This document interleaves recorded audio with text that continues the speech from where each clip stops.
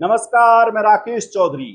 तमिलनाडु में सभी राजनीतिक पार्टियों को चुनावी मैदान में पटकनी देकर चर्चा में आए तलपति विजय ने सीएम पद की शपथ लेने के बाद विधानसभा में फ्लोर टेस्ट से पहले एक और बड़ा सियासी खेला कर दिया है, जिससे बड़ा राजनीतिक भूचाल आ गया है।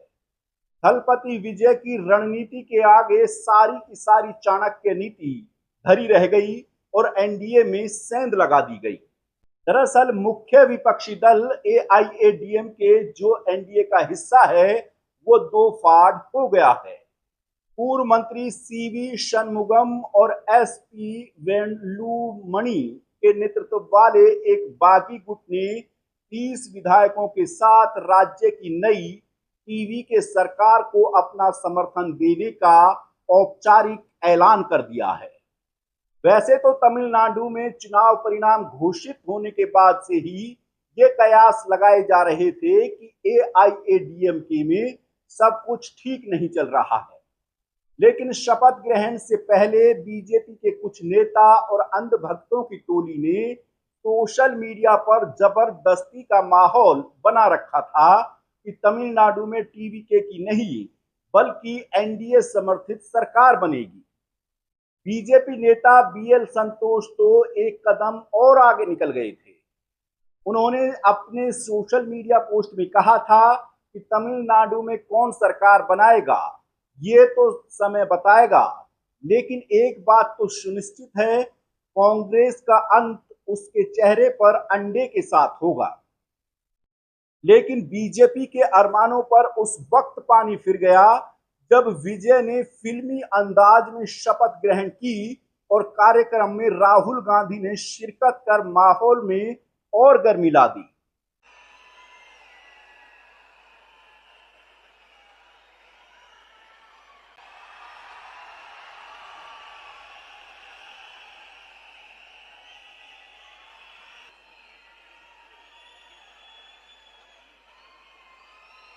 ஜோசப் விஜய் எனும் நான்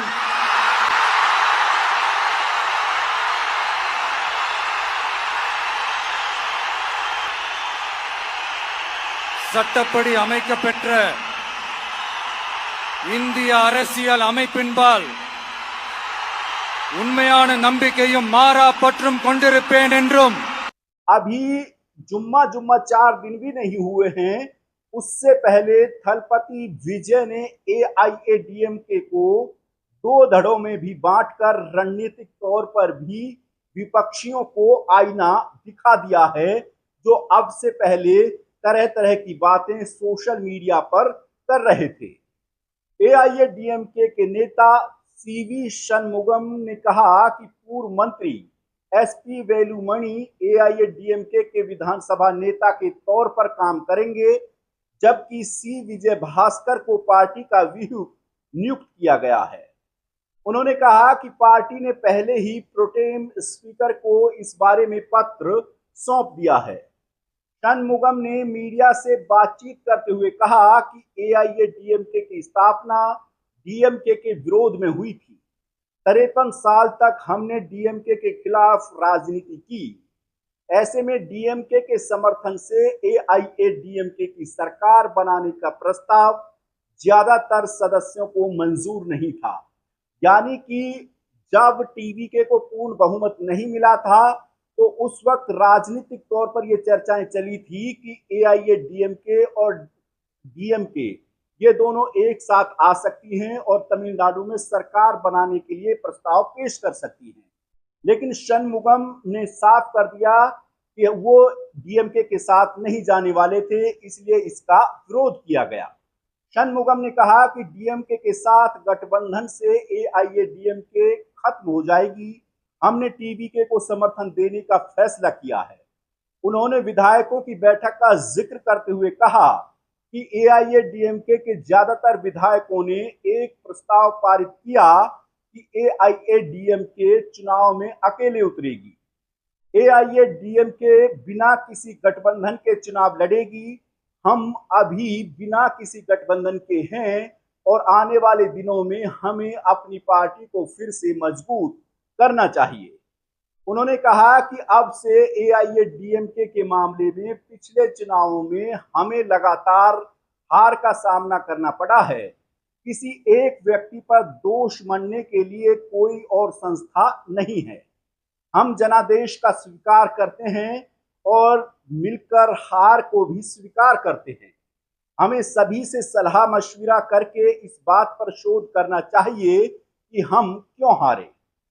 बता दें कि तमिलनाडु विधानसभा चुनाव 2026 में एआईएडीएमके ने कुल 47 सीटें जीती थी।